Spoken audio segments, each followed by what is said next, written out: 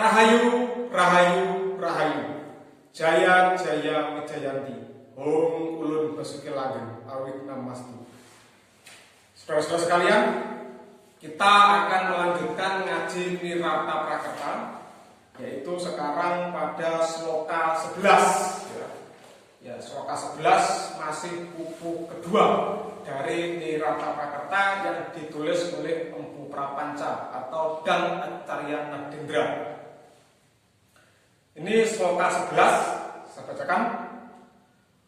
Lawang sawiraning gunadyapi tan argoyo yogyo yogigon dristan tan kriyo banyegeko wiwido en swambodo tinenet donyapet karananyo mentasori sarwa bumi ning usiran donyasin pinalakwo tumbasenikan wang haiwa katunan. Ini terjemahan Indonesianya. Juga segala kepandaian, walaupun terasa tak berguna, patut juga diperhatikan. Lihatlah pedagang yang mengembara, menyimpan berbagai benda dengan baik. Untuk mendapatkan benda itu, ia pergi ke berbagai daerah dan negeri. Tujuannya, bila ada yang membeli tidak kekurangan. Sloka ini menjelaskan tentang segala bentuk pengetahuan itu penting. Ya, segala bentuk kepandaian itu penting. Terkadang ada orang yang merasa butuh kepada satu jenis ilmu. Misalnya seorang insinyur bangunan, dia sangat perhatian kepada ilmu bangunannya atau arsitekturnya. Dia merasa tidak perlu untuk belajar ilmu pertanian karena bukan bidangnya. Nah, menurut Empu Prapanca, apapun pengetahuannya itu penting, perlu kita pelajari meskipun kita merasa bahwa pengetahuan itu tidak penting. Mengapa demikian? Karena suatu saat ketika tenaga kita, ketika pikiran kita dibutuhkan, kita bisa memberikan sumbangsih yang besar kepada kehidupan ini. Ya. Meskipun saya bukan seorang pedagang atau pembisnis, saya tetap belajar tentang ilmu berdagang, belajar ilmu ekonomi. Mengapa? Karena supaya saya tidak ditipu oleh para pedagang, supaya saya tahu perkembangan ekonomi, supaya saya juga bisa memahami tentang problem ekonomi kita. Meskipun saya bukan seorang insinyur, saya sedikit belajar tentang arsitektur. Saya beli buku tentang arsitektur, saya pelajari. Meskipun tidak seahli seorang insinyur. Tujuannya apa? Ketika saya membangun rumah, saya punya bangunan yang nanti dibangun oleh tukang, saya bisa mengontrolnya. Inilah fungsinya ilmu. Jadi sebenarnya tidak ada ilmu yang tidak berguna jika kita mau berpikir dengan mendalam. Nah, Empu Prapanca ini memberikan contoh tentang seorang pedagang. Seorang pedagang itu adalah orang yang harus banyak mengetahui jenis barang.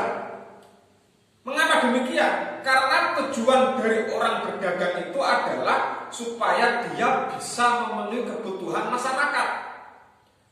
Berbagai jenis barang itu harus bisa memuaskan masyarakat, meskipun tidak bisa memenuhinya, gitu ya.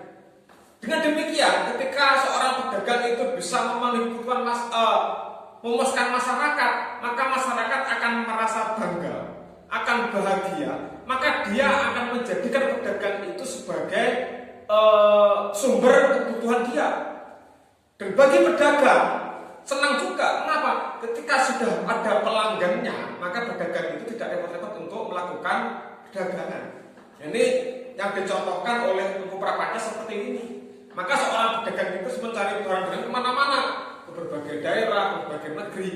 Supaya apa? Supaya dia bisa mendapatkan barang, dan barang itu bisa memenuhi kebutuhan masyarakat, dan masyarakat terpenuhi dan terpuaskan, maka terjadilah hubungan simbiosis mutualisme, saling menguntungkan.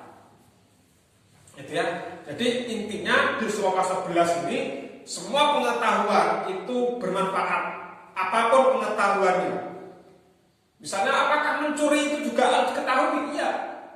Anda meskipun bukan pencuri, Anda harus tahu ilmunya mencuri, tapi jangan digunakan untuk mencuri. Nah, ilmu mencuri yang Anda pelajari itu digunakan supaya Anda tidak tercuri, minimal untuk waspada. Ya, dengan orang yang sudah belajar ilmu tentang pencurian, maka dia bisa waspada. Bagaimana supaya barang-barangnya dia itu aman. Dan dari ilmu ini Anda sebarkan ke masyarakat. Semakin banyak yang tahu tentang pengetahuan pencurian, maka diharapkan mereka bisa meminimalisir atau bahkan bisa melawan tindakan mencuri. Nah, ilmu-ilmu yang dianggap negatif seperti ini cukup diketahui untuk antisipasi dan dilakukan. Karena kalau dilakukan sama saja kita berbuat jahat atau jelek. Maka semua ilmu apapun itu bermanfaat jika kita mau berpikir dengan dalam. Sekarang sloka 12. Sampunyan podo wedi ning arto salakas nikapolo twin datan warsih amat muah sahananing minulya ing aji mamrih kowe haningat yaning gawe anindya lana temunan rapwan pangguhaken wisesa maning jiwa tulya linggika. Ini bahasa Indonesianya, setelah artanya banyak, setelah artonya banyak, ia dapat melaksanakan kehendaknya, namun tidak berhenti mencari benda-benda yang bernilai tinggi, senantiasa ingin mendapatkan yang lebih banyak dan lebih berhasil dalam pekerjaan, supaya dapat menemukan permata kehidupan, katanya. Nah, ini masih nyambung dengan sloka 11 tadi, tentang seorang penjual yang selalu, seorang pedagang yang selalu menjual barang-barangnya. Tujuan dia melakukan perdagangan adalah mengumpulkan duit, uang, atau harta, atau arto. Ya. Mengapa? Karena ini berdagang itu bagian dari bisnis, bagian dari bagaimana kita memiliki kekayaan. Maka kalau ada yang ingin kaya, itu berbisnis. Ya, karena bisnis itu sebenarnya jalan untuk kaya. Kaya lah ya. Nah, tapi kalau Anda ingin memiliki banyak ilmu, Anda harus banyak belajar. Nah, ini nanti bisa kita analogikan. Sama seperti itu, orang itu kalau terus belajar, maka dia akan memiliki banyak pengetahuan. Seperti halnya para pedagang, ketika dia terus menjual beli barang dagangannya dengan lancar, maka dia akan memiliki banyak uang. Kalau pedagang itu memiliki banyak uang, maka ilmuwan memiliki banyak pengetahuan. Ya, ini yang bersama saja sebenarnya. Kayak tadi itu. Orang yang berdagang itu tidak akan pernah puas dari yang ia peroleh. Dia selalu menumpuk duitnya, menyimpan hartanya. Dia selalu terus mencari duit. Manusia untuk berpengetahuan sama. Jangan Anda pernah puas dari ilmu yang sudah Anda punya. Anda seperti pedagang, terus mencari.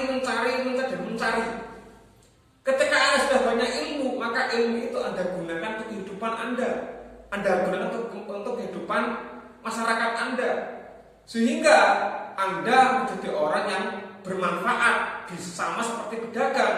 Pedagang memenuhi kebutuhan masyarakat dari segi materi. Seorang guru atau seorang ilmuwan memenuhi kebutuhan masyarakat dari segi ilmu, segi kawero, dari pikirannya. Sehingga apa? Ada perimbangan. Jadi manusia itu fisiknya terpenuhi, pikirannya juga terpenuhi. Ya, tapi Empu Prapanca mencontohkan dalam hal berdagang. Makanya kalau Anda menjadi orang yang ingin kaya, Anda harus berbisnis. Ya, tidak bisa Anda ingin kaya, diam saja dan seterusnya. Maka berbisnislah Anda. Apapun itu bisnisnya, selama itu baik ya, jangan jelek. Mau berbisnis agrikultur silakan, mau bisnis ternak ya silakan, apapun. Kenapa? Tujuan berbisnis itu adalah mengumpulkan harta, duit. Yang duit itu bisa Anda gunakan dengan baik untuk kehidupan Anda gunakan dengan baik untuk membantu orang sekitar Anda, dan seterusnya. Sloka 13. Sang Siptan Toyo lan Sudarmo Wekasing Binutomo Dono Kwehnin Hema Surato Busono Winoso Jati Rasiko Stri Len Putro Sawandu Santono Nahan Ya Muga Mapasah Mukyo Ning Jiwato Towi Meweh Ika Ren Sano Karmo Hilang. Singkatnya, tidak ada kekayaan yang melebihi kebajikan. Begitu banyak emas permata dan perhiasan, semuanya akan binasa. Istri, putra putri, dan sanak keluarga akhirnya akan berpisah. Bahkan yang utama yaitu jiwa, akhirnya begitu cepat akan hilang. Ya. Nah ini, jadi Empu Prapanca ini memberikan satu ketegasan bahwa kekayaan yang paling baik itu adalah sebuah kebajikan. Anda banyak harta, Anda banyak ilmu, tapi kalau Anda tidak bajik, tidak bijak, maka harta dan ilmu Anda itu juga tidak ada gunanya. Anda punya gudang emas berapapun banyaknya, Anda punya tumpukan buku berapapun banyaknya, tapi kalau Anda tidak bijak, tidak menjadi seorang yang bijak, maka ilmu dan harta Anda juga tidak ada gunanya. Maka kebajikan atau kebijakan itu adalah kekayaan yang paling tinggi. Berilmu harus tetap mencari duit, ya, karena kita hidup di muka bumi. Tapi ingat, untuk menjaga dua-duanya, Anda harus bijak. Anda punya harta banyak, kalau harta Anda cuma digunakan untuk senang-senang, rugilah Anda menjadi orang miskin kembali. Tapi kalau harta Anda gunakan dengan bijak, berdagang dengan baik, membantu orang, maka Anda juga akan mendapatkan kebaikan pula. Ketika Anda dalam kondisi tidak baik, orang yang pernah Anda tolong akan menolong Anda. Pun sama, Anda punya ilmu, Anda gunakan dengan baik. Kalau ilmu Anda untuk menipu, maka Anda akan rugi. Anda akan dibenci orang. Maka gunakanlah ilmu dengan baik dan bijak. Semuanya akan hilang, kata Empu Prapanca. Perhiasan, istri, anak-anak kita. Kenapa? Karena ketika kita meninggal, ketika kita kembali ke alam kelanggengan, ya kita meninggalkan mereka. Selesai. Kita kembali bertanggung jawab pada diri kita sendiri sebagai seorang manusia, sebagai seorang yang diciptakan oleh Yang Widi di muka bumi ini. Nah, makanya gunakanlah ilmu dan harta dengan bijak. Ini pupuh 3, ya, pupuh 3 sloka 14. Ren Laksmi makahinan ing griha taman minawa ri sedenging paratrika engkanen semasono hinganing swakula Pandhawa weka-weka barya tan maneh tan karmika purwa yang sukreta duskreta manuduhaken tekan parang dharma-dharma tinutya salakwa dadi milu manuntun ing henu. Sedulusannya, kekayaan batasnya hanya di rumah, tidak akan dibawa sewaktu meninggal. Sampai di kuburan, batasnya sanak saudara, anak dan istri, tiada lain. Namun perbuatan yang dilakukan pada saat hidup, baik maupun buruk, akan menjadi penunjuk jalan. Kemana akan pergi, benar atau salah akan diikuti, akan menjadi penunjuk jalan. Nah ini lebih kepada sukmawi, pengetahuan kerohanian. Jadi kekayaan kita itu ketika kita meninggal itu pasti ditinggal di rumah, tidak mungkin dibawa ke kuburan. Tak Prapanca. Jadi semewah apapun baju kita, sebanyak apapun kendaraan kita, setinggi apapun jabatan kita, ketika kita meninggal akan ditinggalkan itu. Harta kita tidak akan meliringi kita sampai di kuburan. Harta kita akan ditinggal di rumah. Artinya begini, kalau harta kita belanjakan, tidak dibelanjakan dengan baik, maka akan sia-sia. harta yang bisa membawa kepada kebaikan adalah harta yang dibelanjakan dengan baik. Itu kata perpanca di berikutnya. Lalu ketika kita sudah di kuburan, dimasukkan ke dalam liang lahat, maka yang mengantar kita, entah itu saudara, anak, istri, tetangga, nggak mungkin ikut ke dalam kuburan. Justru akan mengubur kita. Setelah kita dikubur, mereka pergi meninggalkan kita. Mengapa demikian?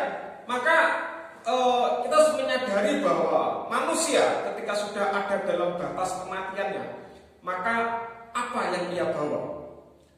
Siapa yang akan menemaninya? Apa yang menjadi penunjuknya?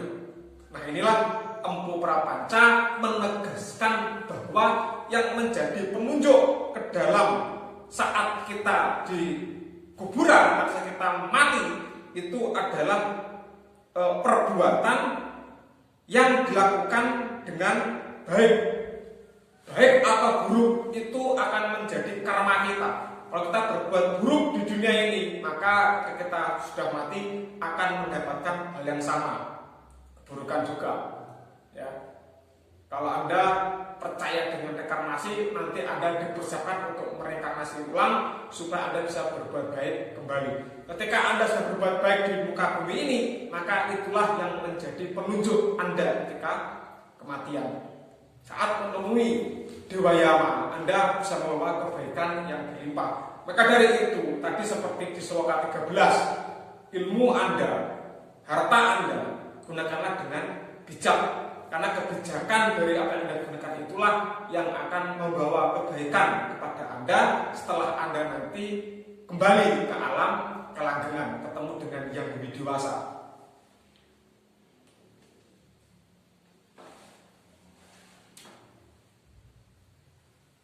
Sloka 15. Apantan hono len nimitaning amangguh olo sinakuting putek hati saking karmika wedi kopa dadi loba temahaniko moho tan surut saking muhasi modo dadi matsarya kujono katungko garwito ndah yang mangkono tan wurung tumemu patoko saka ring pimudane hidup.